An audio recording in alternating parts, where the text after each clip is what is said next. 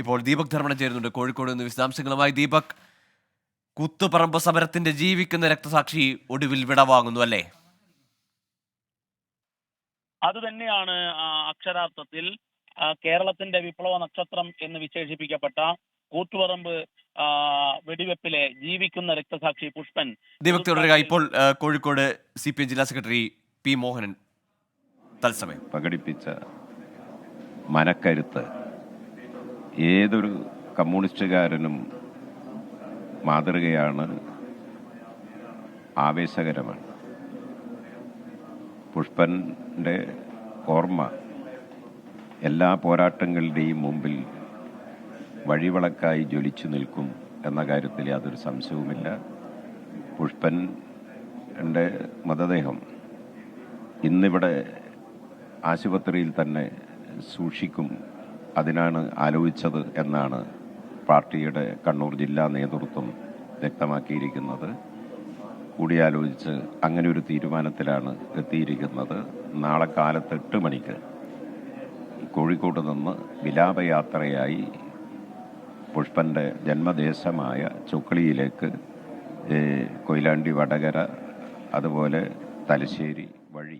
ദീപക് ധർമ്മടം തുടരുന്നുണ്ട്. ദീപക്, ഇന്നെന്തായാലും പുഷ്പന്റെ മൃതദേഹം കോഴിക്കോട് തന്നെ സൂക്ഷിക്കും, നാളെ കണ്ണൂരിലേക്ക് കൊണ്ടുപോകുമെന്നാണ് അറിയുന്നത്.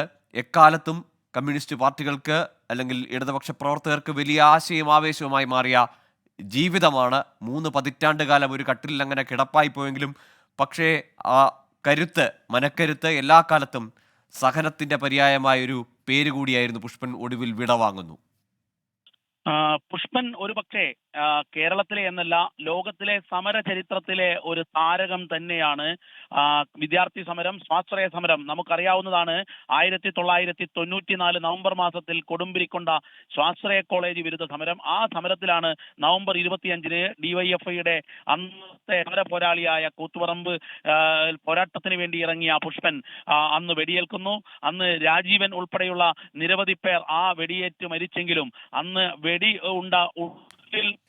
തുളച്ചു കയറി അതിജീവിച്ച് ജീവിതത്തിലേക്ക് തിരിച്ചു വന്നു. പക്ഷേ ശരീരത്തിന്റെ സിംഹഭാഗവും തളർന്നു കിടക്കുന്നതും പോരാട്ട വീര്യം ഒട്ടും ചോരാത്ത ഒരു വിപ്ലവകാരി തന്നെയായിരുന്നു പുഷ്പൻ.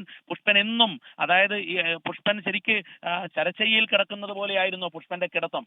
ആ സമയത്തും പാർട്ടിക്ക് ആവേശം പകർന്നു, യുവജന പ്രസ്ഥാനങ്ങൾ ആവേശം പകർന്നു. പുഷ്പനോട് സംസാരിക്കുമ്പോൾ എപ്പോഴും പാർട്ടിയെ കുറിച്ച് അല്ലെങ്കിൽ പോരാട്ടങ്ങളെ കുറിച്ചാണ് പുഷ്പന് പറയാനുണ്ടായിരുന്നത്.